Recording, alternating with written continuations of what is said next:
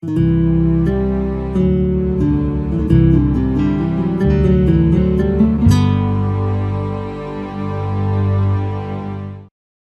é bom estar aqui, né? Bom estar na casa de Deus, né? Vale mais um dia na casa do Senhor do que em outra parte 1000. Então ele é 1000 vezes mais, né, agraciado estar aqui na casa do nosso Senhor. Portanto é um privilégio. Amém, irmãos?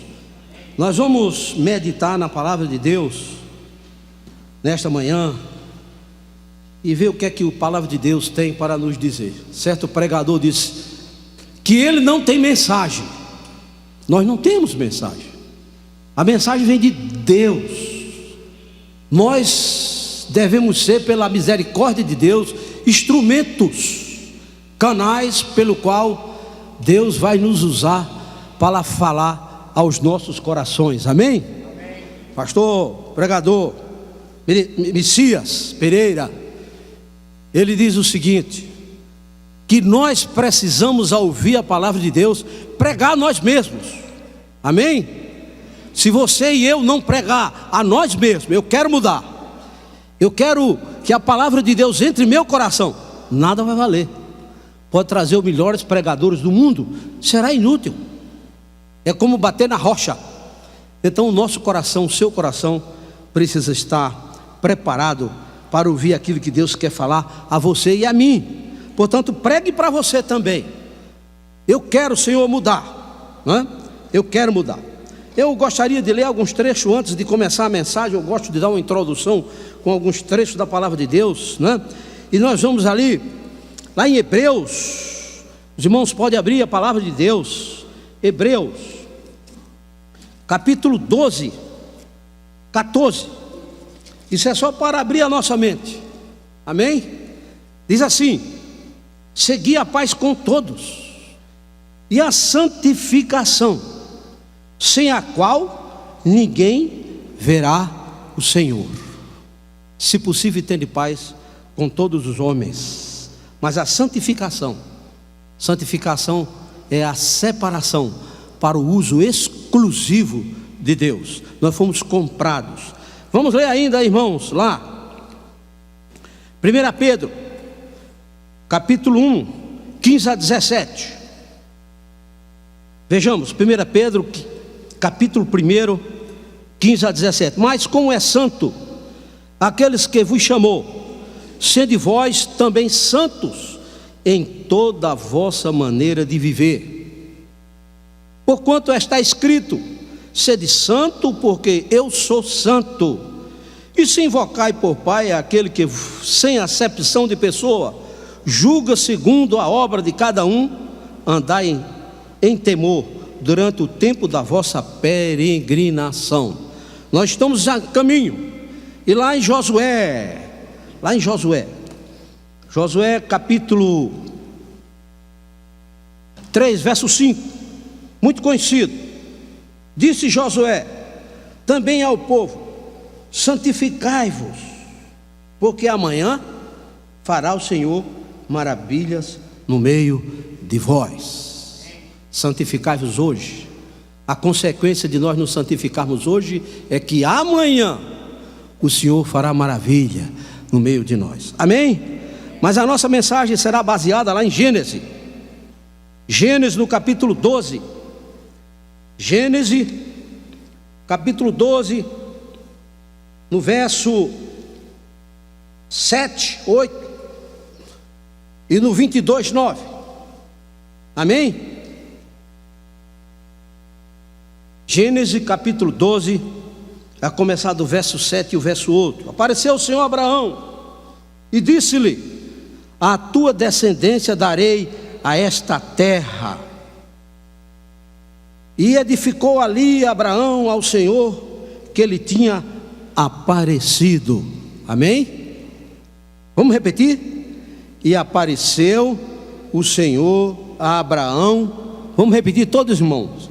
E lhe disse: a tua descendência darei essa terra. E edificou ali Abraão ao Senhor que lhe tinha aparecido. Vamos ver o 9. E se foi dali a um monte a oriente de Betel, e armou sua tenda, tendo Betel ao ocidente e aí ao oriente, e edificou ali um altar ao Senhor, e invocou o nome do Senhor. Abraão ali invocou o nome do Senhor. Vejamos agora lá no capítulo 22, verso 9. Amém? Tendo chegado ao lugar que ele lhe havia dito, edificou um altar e pôs a lenha em ordem, e atou Isaque seu filho, e pôs sobre ele o altar, e pôs sobre o altar em cima da lenha. Amém, irmãos? Quem era Abraão? O título dessa mensagem eu gostaria de chamar Os Altares de Abraão. E o que é um altar, irmãos? Primeiro eu gostaria que a gente vislumbrasse o que é o altar. O que é o símbolo do altar? Trata-se de um lugar onde podemos nos aproximar de Deus mediante sacrifícios e oração. Lugar onde Deus vem ao encontro das necessidades humanas, conforme as exigências por Ele estabelecidas. Altar fala da comunicação entre Deus e os homens. Esse é o lugar onde um homem pode encontrar-se com o poder divino. Altar é igualmente o lugar onde o homem pode trazer seus dons a Deus, onde pode prestar serviço e lealdade. Esse foi o altar que Abraão construiu. E quem era Abraão quando foi chamado em Ur dos Caldeus? O seu pai era fabricante de ídolos, Tera. E Abraão tinha cerca de 75 anos, uma bela esposa. E Abraão foi chamado, lá em Gênesis 13, verso 2, diz que Abraão era um homem rico, muito gado, muita prata, muito ouro. A Bíblia não diz que ele era rico, ele era muito rico. Com 75 anos para os nossos dias de hoje, talvez ele fosse muito avançado, já estivesse um ancião. Mas na época de Abraão, se ele viveu 175 anos, ele estava na meia-idade. Ele estava no momento de gozar a vida. Nos nossos dias, o que é que faria um homem rico, abastado? A vida estava no equilíbrio. Certamente ele seria aconselhado por qualquer psicólogo, qualquer amigo: aproveite a vida, Abraão. Se ele vivesse nos nossos dias da tecnologia, certamente ele teria o seu jatinho particular, todo personalizado, com o seu piloto lá de plantão. Teria, quem sabe, um iate com todos os engenheiros de bordo, aguardando as suas ordens para cruzar os mares, com os melhores alimentos, os melhores cozinheiros, as melhores servas, uma esposa bonita. Abraão, você está no topo. Quem aconselharia Abraão? Qual psicólogo, ou psicanalista, ou médico, ou amigo, ou conselheiro daria outro conselho a Abraão? O ápice da vida, o mundo aos seus pés. Mas Abraão foi chamado para ser um peregrino. Abraão agora foi chamado para ser um missionário. Eu acredito que psicologicamente, contando lá nos seus botões, Abraão disse: que proposta é essa? Que proposta é essa para a vida de um homem que trabalhou, que enriqueceu, que tem muitas coisas, Abraão era rico, abastado de bens, como gado, prata e ouro. Essa chamada de Abraão é um emblema da chamada dos homens, por meio da graça de Deus, para fora do mundo, e dentre os homens, nós fomos chamados. Você é um chamado. A igreja de Deus é chamada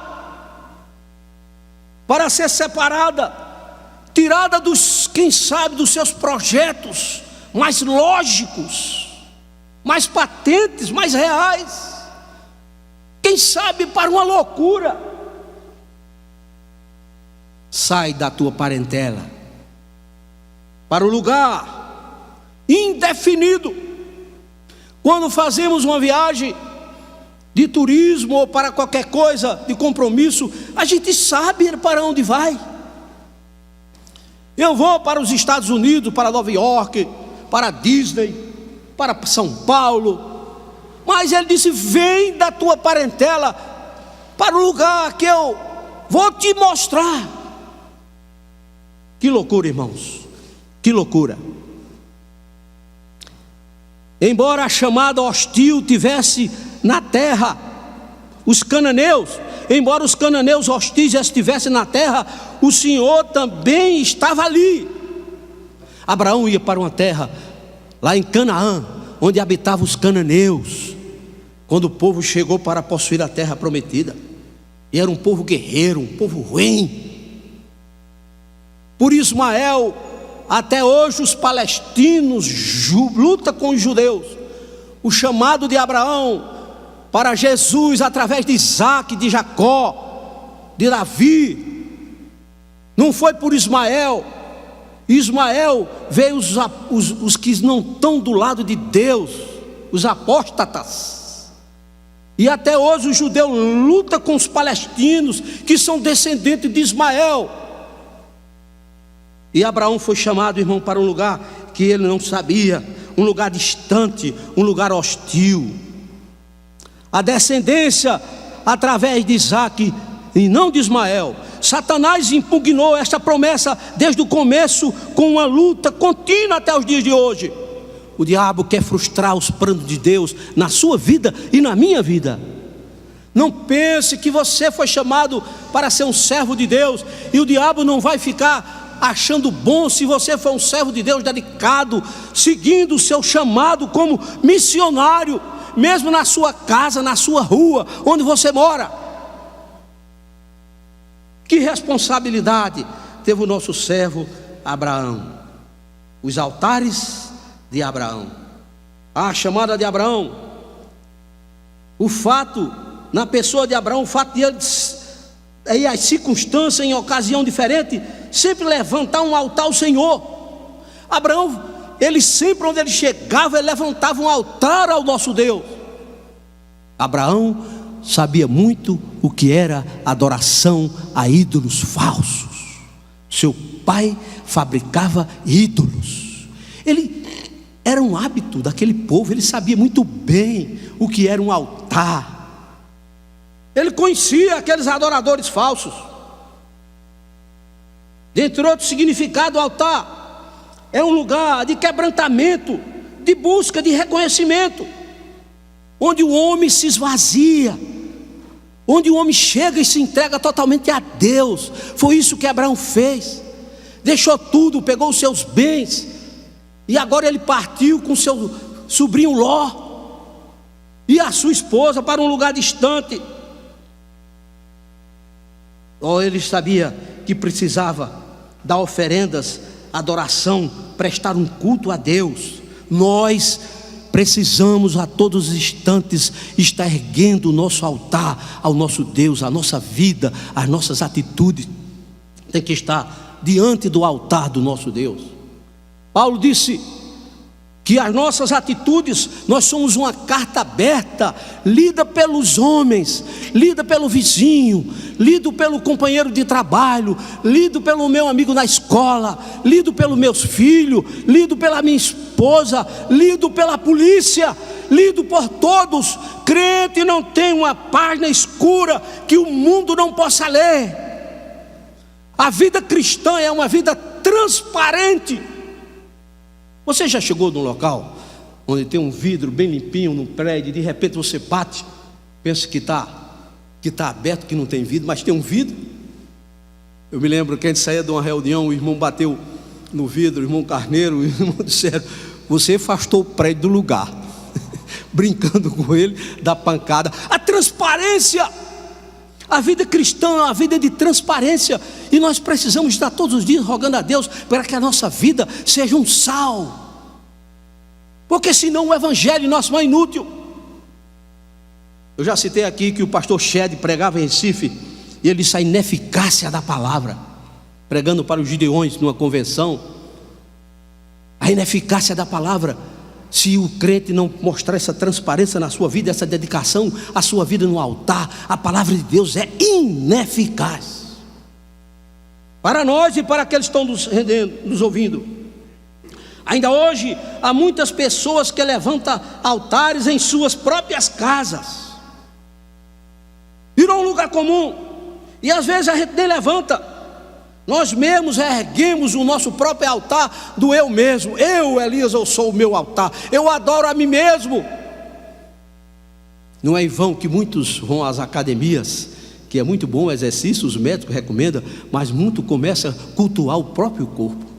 Eu estou lá na academia, perco muito, porque a barriga logo denuncia, mas quando eu chego lá, eu vejo aqueles caras enxutão, tomando bomba e se olhando no espelho, pega as marombas assim, mano. Eu disse a meu menino, ele querendo comprar aquele negócio, eu digo: você já viu um pé de pó? Ele disse: não. Então Deus não fez pó para você tomar. Não, mas tem remédio. Remédio é uma coisa. Você come um feijãozinho bom, uma carninha boa, não é uma fruta, uma verdurazinha boa, que você vai ficar forte. E eu vejo aqueles caras endeusando a si mesmo, achando que é o tampa. Muitos constroem o altar. Deus é a pessoa mais importante da nossa vida. Quando nós nos separamos, quando nós construímos um altar para adorá-lo. Mas vamos em frente.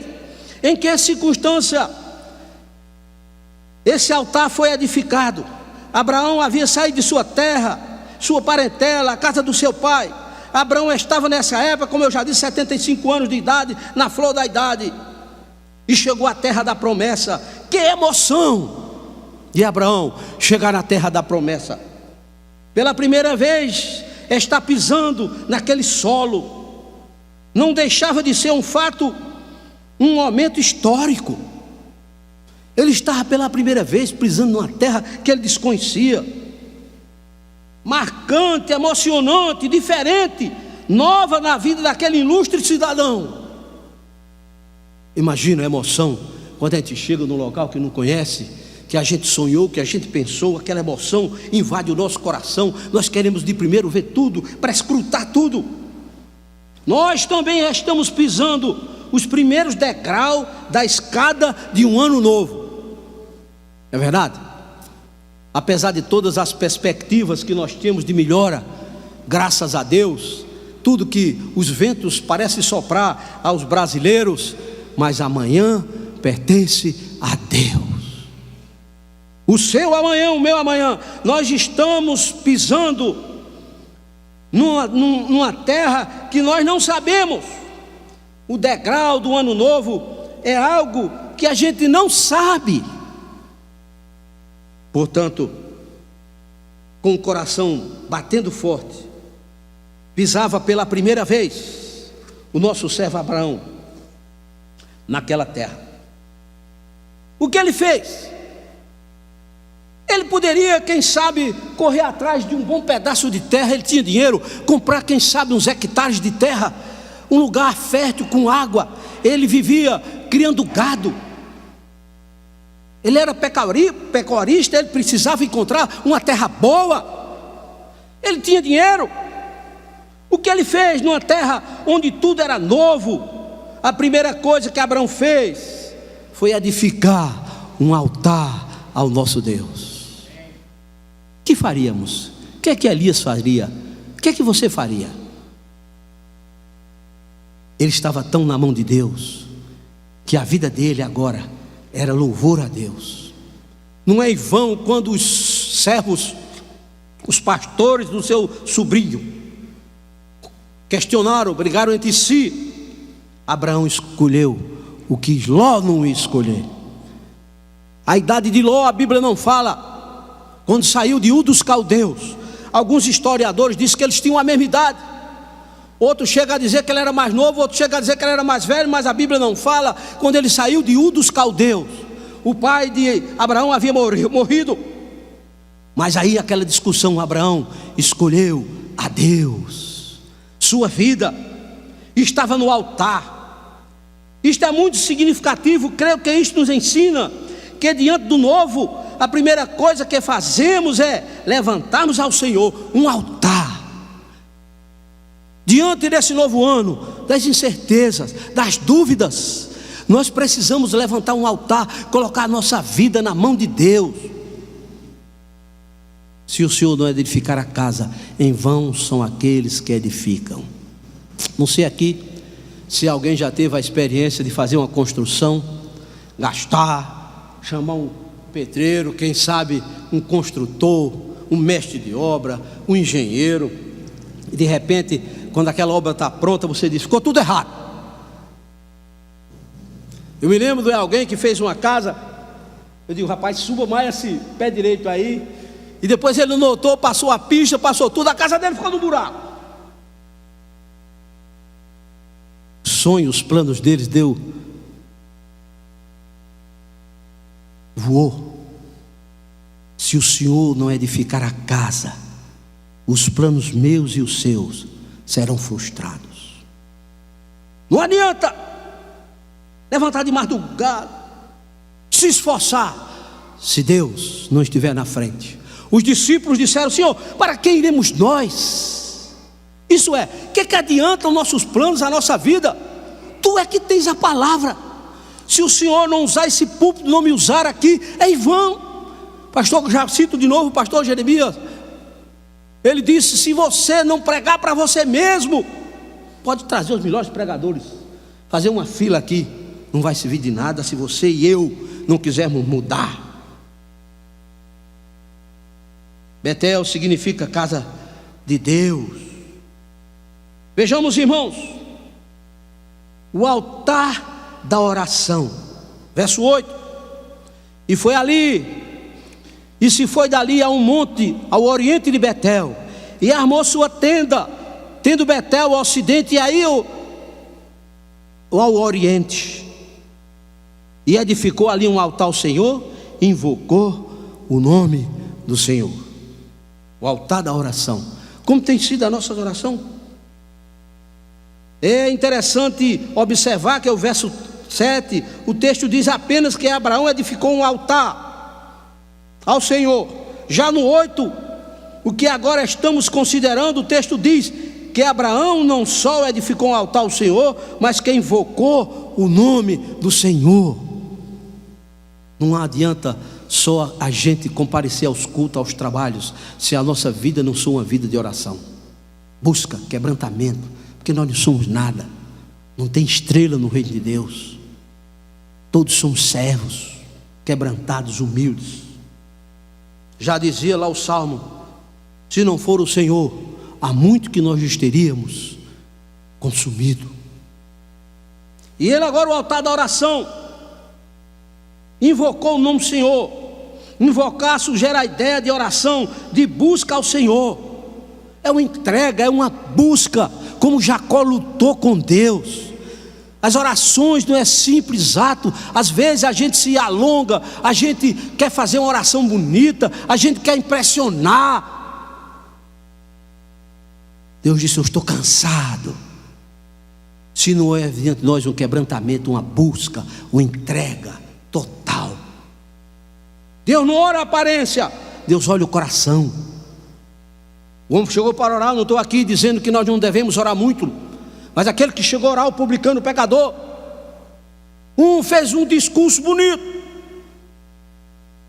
e ele dizia: eu faço isso, eu faço aquilo, eu sou isso, eu sou aquilo. O outro só se quebrantou: miserável homem que eu sou. Ele nem olhou para o céu, nem olhou para cima. Deus quer um coração quebrantado, invocar o Senhor de coração, buscar o Senhor. Que bela lição para nós, porque não oramos mais, porque os cultos de oração são minguados. Eu já contei certa vez lá na Coreia, o pastor desapareceu da igreja, já contei aqui, e os irmãos ficaram preocupados, a esposa, encontraram ele no púlpito lá na frente, de joelho, orando quase que o dia todo. E a igreja passou a orar. Que coisa bonita, que bela lição. Porque não oramos mais de manhã, ao meio-dia, ao anoitecer, sem cessar. Jesus disse: não ora uma horinha aí não. Jesus disse: ore sem cessar. É uma vida de oração. Eu já citei aqui o exemplo de Billy Graham. Desceu, foi entrevistado pela televisão, descia do avião. Disseram: como é que um homem como você prega nos estádios e muitas pessoas se converte? Quantas vezes você ora por dia? Ele disse: uma vez. Mas uma vez? Uma vez você faz tantas coisas bonitas para o evangelho. Que tempo dura essa oração? O dia todo. Uma vida de oração. Orar sem cessar. Orar sempre significa comprometer-se com Deus, entrega, viver em harmonia com a sua vontade. Não é eu, disse Paulo, não é a minha vontade, não é a minha sabedoria, não é o meu entendimento, é Deus. Mas oração no lar, na igreja, na vida pessoal, oração faz diferença. Muitas vezes nós estamos vivendo vida que os crentes não querem orar. Eu sei que há muitos que têm os seus compromissos, não só se ora no culto de oração, mas nas madrugadas, as horas que você, quem sabe, vai dar um cochilo, ora. Mas a gente quer fazer a obra de Deus, quer fazer a diferença sem oração. Oração faz a diferença, muda as coisas. Oração faz a diferença, muda as coisas, cria novos ambientes, gera energia, é uma fonte de vida. Nossa vida da igreja deve ser pautada pela oração. Quando a gente ora, tudo enfraquece, tudo dá errado. Quando a gente ora pouco, quem ora mais tem mais poder. Certo pregador disse: não brinque com quem ora. Aquela pessoa é uma pessoa de oração. Então nós devemos tomar um exemplo, que a oração muda as coisas. Ela é eficaz, é novo ambiente, gera energia. As coisas vão melhor quando oramos. Às vezes a gente prepara, faz um aparato, uma série de conferência, chama o melhor pregador, a gente faz tudo que tem de direito, chama até convidados, mas se não houver oração, preparo, uma vida da igreja dedicada a Deus, tudo é inútil, é malhar em ferro frio, é um adágio que diz. Não sei se você tem essa experiência, mas eu tenho, quase todos os dias. Malhar em ferro frio, existe um aço que até quente ele é duro. As moléculas dele são tão juntas que até quente ele é duro. Semana estive lá fazendo, o cara chegou com de engenharia para virar uns vergalhão de 1,5 polegada, para virar aquele vergalhão, deixou lá, mais de 1 metro, não sei o que queria fazer. Eu levei para um ferreiro conhecido, e eu vi lá ele bater, virar aquele ferro como é duro. Oração sem oração é malhar em ferro frio, é vida inútil, é igreja morna, é crente cheio de complicação. E quando os convidados chegam, ele olha e não se sente bem. Não sei se você já chegou no lugar hostil. Eu não sei, irmãos, eu talvez seja o primeiro a precisar mudar. Mas aí as pessoas vêm, se sentem. Porque as atitudes, não há oração, não há um ambiente, não há um preparo, não há um quebrantamento, não há vidas entregues no altar. As coisas vão melhor quando oramos. A oração é para a alma o que o oxigênio é para os pulmões. Você já pensou? Pare de respirar aí um pouquinho. Fecha o nariz, fecha a boca. E aí os jovens estavam fazendo isso, né? Existia uma moda aí que eles estavam ficando sem respirar, vendo quem aguentava mais. Muitos morreram. Se você sofrer do coração, nem teste. Alto A. A oração para a alma como oxigênio para os pulmões, o orvalho para as flores. Conheço um cliente meu, ele trabalha com gado, tem muito gado, e naquela seca ele disse que comprava vários caminhões d'água para aguar as coisas dele lá, mas tudo secava de novo. Mas Deus mandou um orvalho, uma chuvinha, tudo ficou verde. Ele disse: é um milagre. Quando Deus desce o orvalho, a chuva, tudo fica verdinho. Eles podiam botar 1 milhão de carro-pipa, não tinha jeito. Mas quando Deus derrama suas bênçãos, o orvalho para as flores, elas ficam viçosas. E o sangue para o corpo. A oração do justo pode muito em seus efeitos. Vamos orar. Agora, irmãos, para encerrar, o altar da consagração. Vejamos o verso 9. Tendo chegado ao lugar que Deus lhe havia dito, este era o lugar da eira que Deus compraria, que Davi compraria, onde construíram o templo de Salomão, onde ele orou, onde ele fez o altar. Tendo chegado ao lugar onde Isaque foi imolado, edificou ali Abraão um altar. Acredita-se que é o lugar santíssimo que continha na arca da aliança do templo, no templo, foi construído exatamente sobre este ponto. Interessante, diz o escritor. E o que fez Abraão? Pôs a lenha em ordem, atou a Isaque seu filho, um tipo de Cristo, e pôs sobre o altar, em cima da lenha. O historiador diz o seguinte: os dias de Abraão subindo aquele monte Moriá foram os dias mais longos na vida de um ser humano. Com 100 anos tem um filho que era a promessa. Todas as nações serão benditas em ti, Abraão, a tua descendência como a areia do mar. E agora Deus disse: eu quero esse filho. O historiador diz o seguinte sobre Isaque: ele era um menino inteligente, ele subiu com o pai, ele começou a desconfiar. Ele sabia que há sacrifícios naquela época de crianças, de pessoas. Ele disse: cadê o cordeiro? Esse negócio com meu pai está errado. Eu estou subindo com ele, brincando, quem sabe papai dorme amanhã 3 dias. Isaque começou a desconfiar que o negócio não ia bem, mas ele foi obediente. Abraão foi obediente, subiu. Irmãos, que impossibilidade na vida daquele homem. Certo pregador disse o seguinte: deixe Deus ser o seu Deus nas suas impossibilidades. Deixe Deus reger a sua vida naquilo que é impossível para você. Deixemos. E eu acredito, irmãos, que ali o menino posto em cima, e ele estendeu o cutelo. O escritor diz o seguinte: cortaria a garganta, penetraria no coração do menino, deceparia o seu pescoço, seria fatal. Mas Deus queria descobrir a intenção de Abraão, a obediência e não o ato. Deus quer ver em você a intenção do coração, a entrega no altar de Deus, para que as nossas vidas sejam bênção, brilhe. Quem vai brilhar é Jesus através de você e de mim. E estendeu Abraão sua mão, tomou o cutelo para imolar o seu filho. Talvez o tenha exigido mais, talvez o Senhor tenha exigido mais de Abraão do que de qualquer outro homem. Deus exigiu. Quando Abraão tomou o cutelo, em sua entrega foi completa. O ato de pegar o cutelo e levantar a mão, ele estendeu toda a sua vida no altar de Deus. Acabou. Todas as suas esperanças, todos os seus sonhos, tudo que ele tinha, estava na mão do altar de Deus. Ele entregou tudo, se esvaziou de si mesmo. Como seria a sua vida após a morte do seu filho?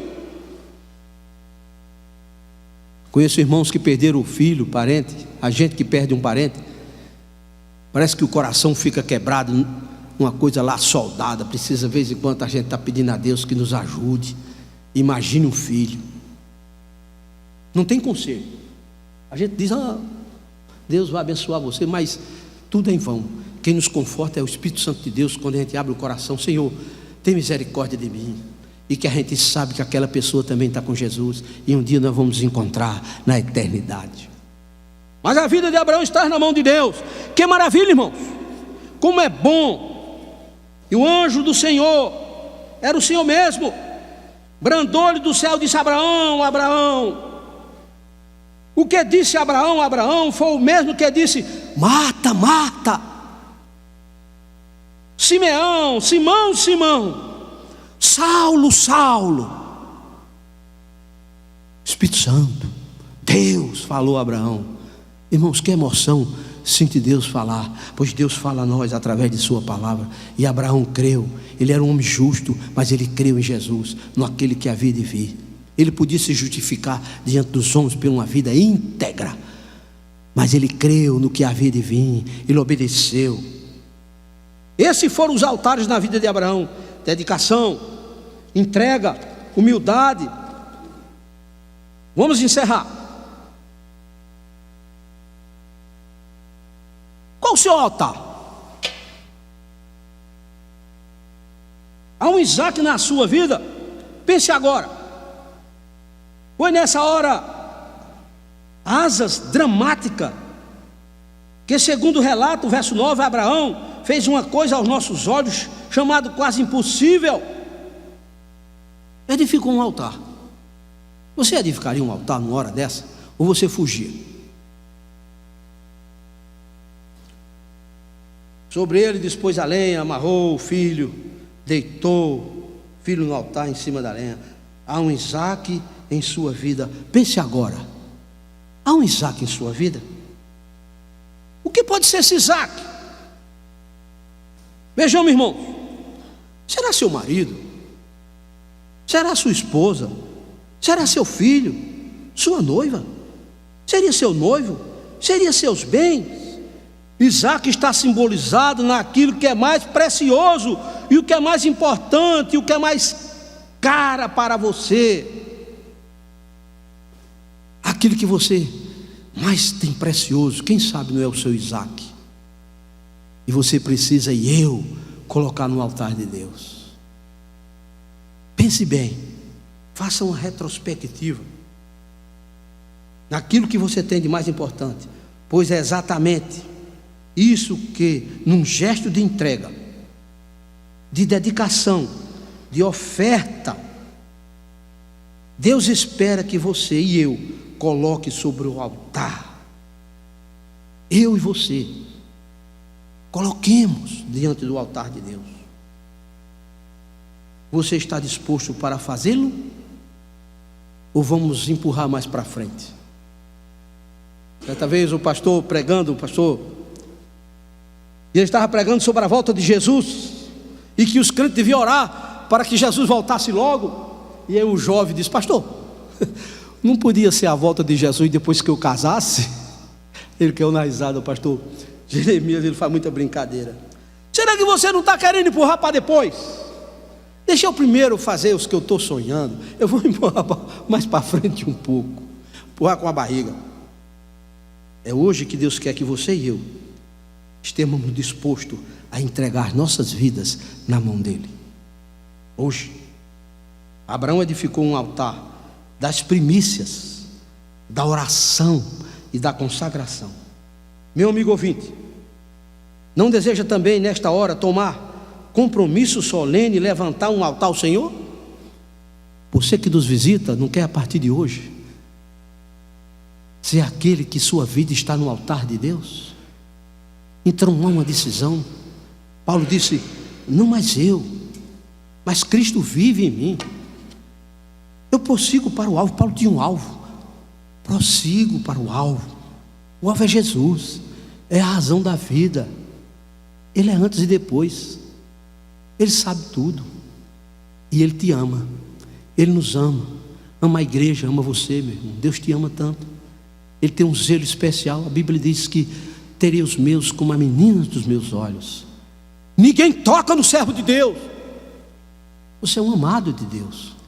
Deus quer que hoje você e eu entregamos a nossa vida no seu altar. Servam, que amanhã nós não sabemos, nós estamos no ano novo, são degraus que a gente não sabe, mas graças a Deus pode ser bom, mas na realidade só Deus sabe o seu amanhã e o meu amanhã. Portanto, é urgente que eu e você entreguemos as nossas vidas em suas mãos. Que Ele nos abençoe. Amém.